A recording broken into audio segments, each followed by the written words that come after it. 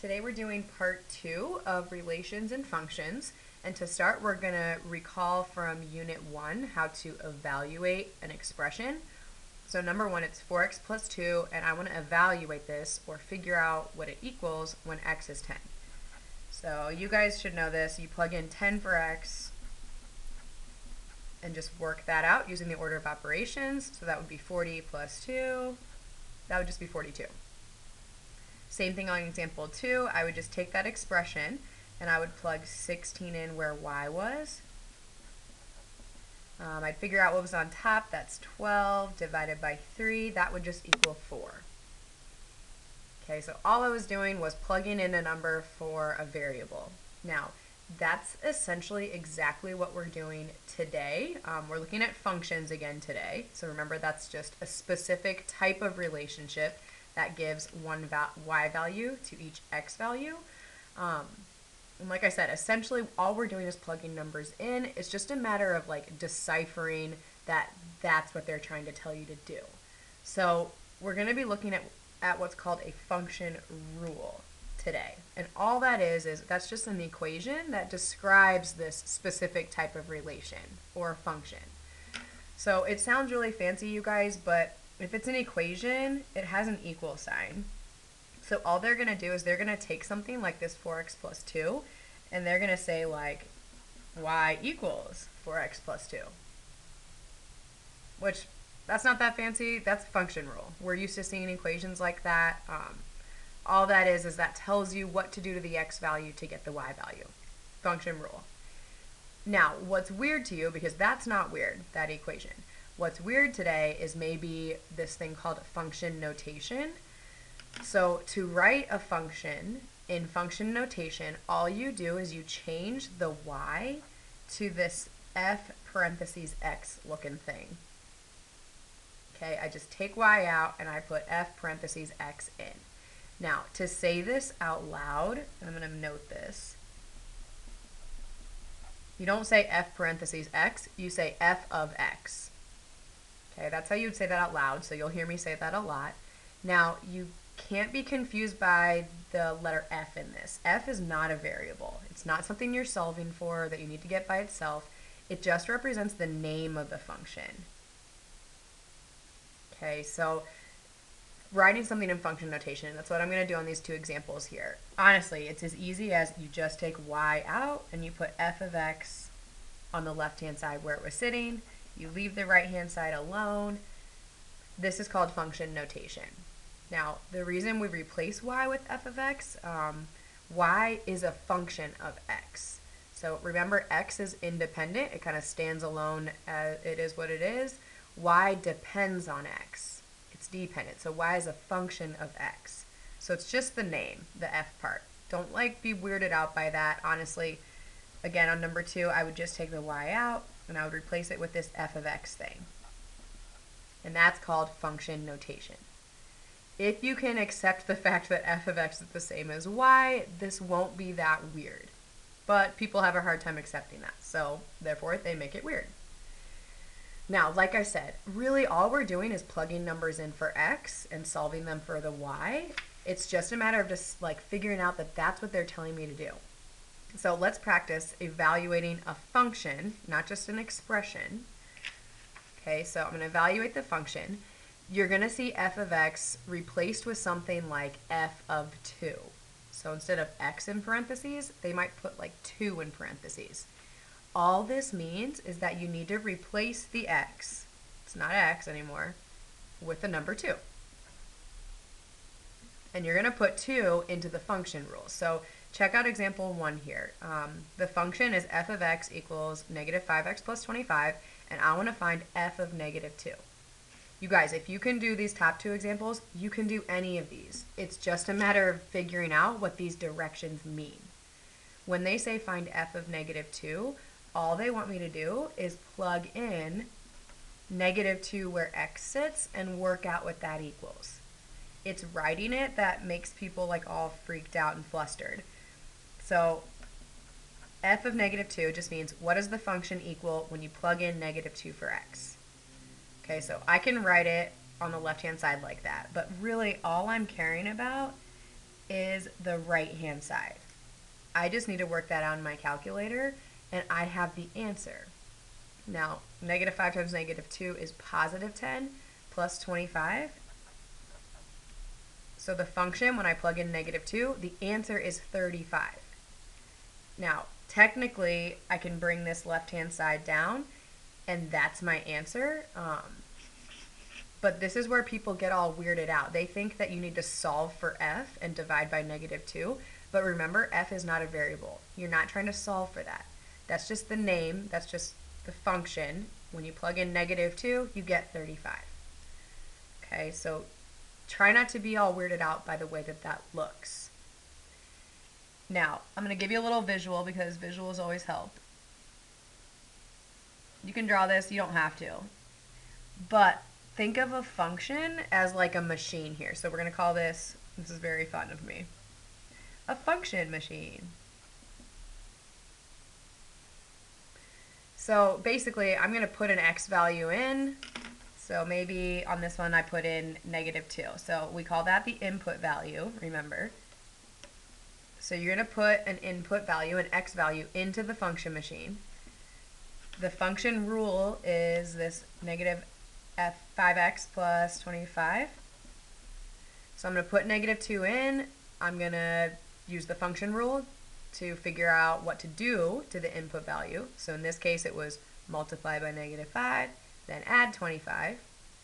Okay, so the function machine is going to change it, and then your output value, 35, that's your answer. Okay, I think that helps. I don't know. Totally up to you to draw that or not, but function machine is the rule, the input value, what you plug in for x, and then your answer is what you get after you use the function rule to change x. Multiply it, add to it, subtract it, whatever the rule tells you to do. Okay, let's do another one. So here's the function. Essentially, all I care about is the right side, x squared minus 4, and I want to find f of 10. So that's just telling me, hey, plug in 10 where x is.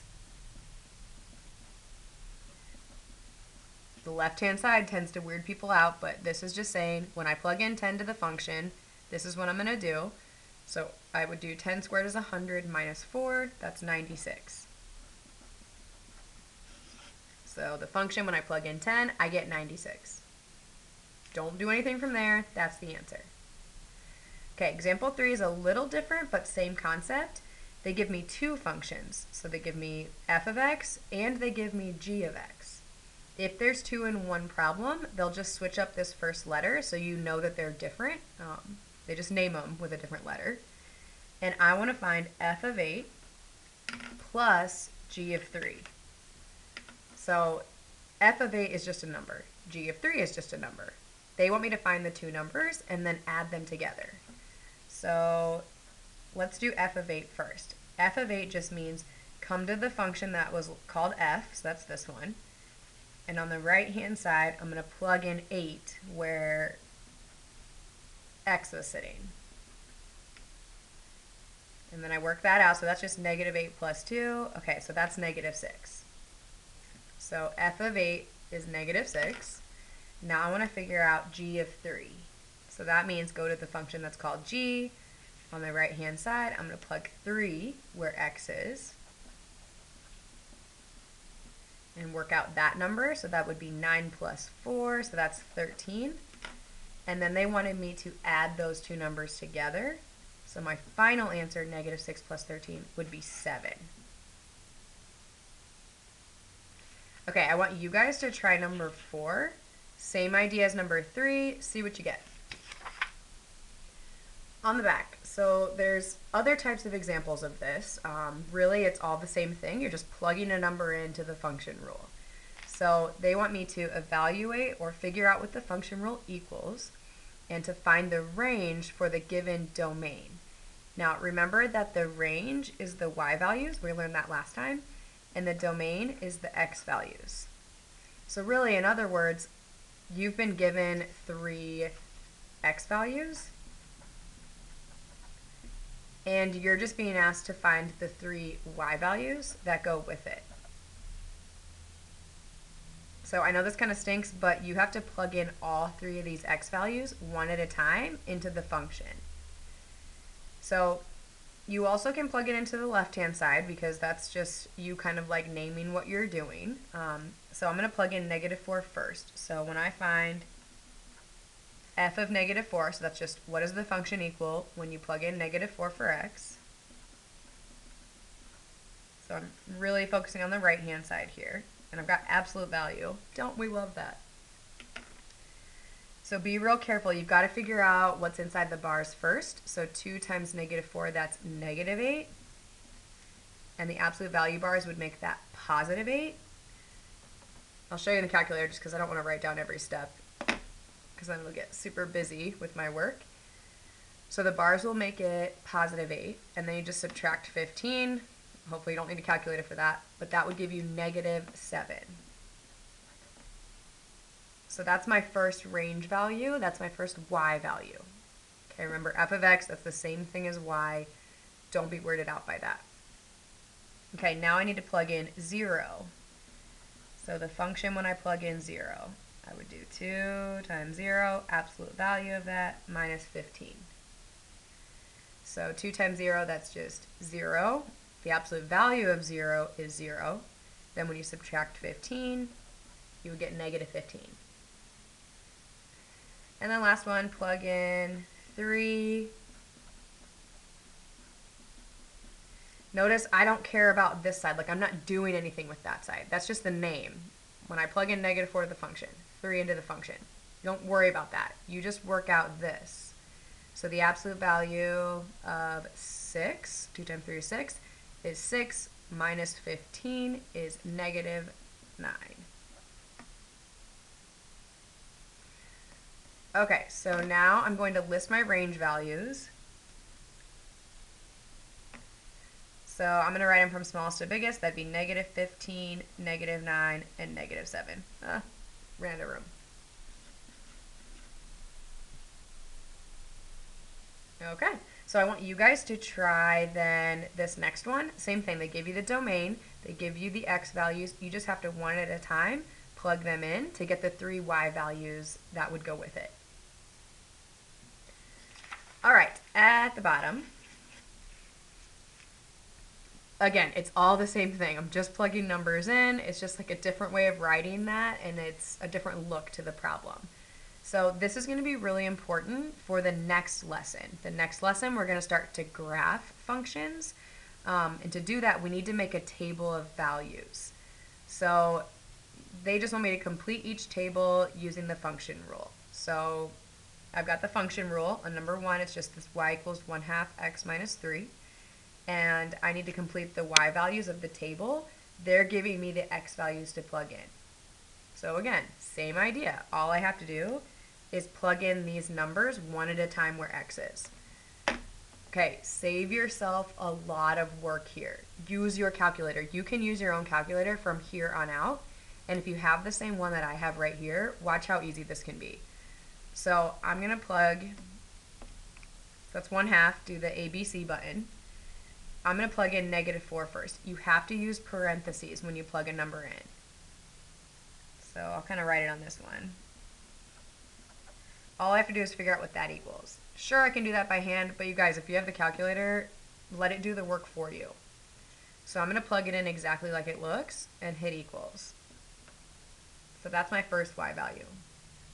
Okay, if you have the same calculator that I do, just arrow up. Now I want to plug in -2 to the same function, so I'm just going to go over the 4 and change it to a -2. Now I'm going to arrow up and I want to plug in 0. So I'm going to delete the negative, that's that DEL button, and put in 0. Then I'm going to put in 2, and then 4.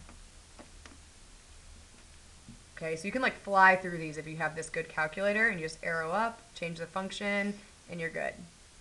Okay, I want you guys to do number 2, fill that table in. I'm going to do the last one here because the squared kind of makes this a little different, but still the same idea.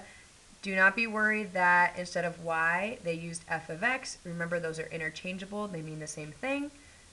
Don't get weirded out by that. You're just plugging in the numbers for x, and you really only care about the right-hand side. Okay, when I plug in -3, be really careful. The parentheses make a huge difference. If you don't use parentheses, you're going to get this wrong. Okay? When you plug a number in, you just take x out and you put parentheses -3 in its place. So this is how I have to plug it in. There's a negative that's sitting outside the parentheses, and there's a -3 inside the parentheses because that's what I'm plugging in. Your calculator will do the work for you, but you have to plug it in exactly like that. So here's the squared button. So that's -4. I'm going to do the arrow up thing to save myself time. When I plug in -2, I get 1. Delete the negative and put 0 in. If I'm going too fast, just kind of like pause it and catch up. Rewind if you need to. The point is to let your calculator do the work so you can go fast here.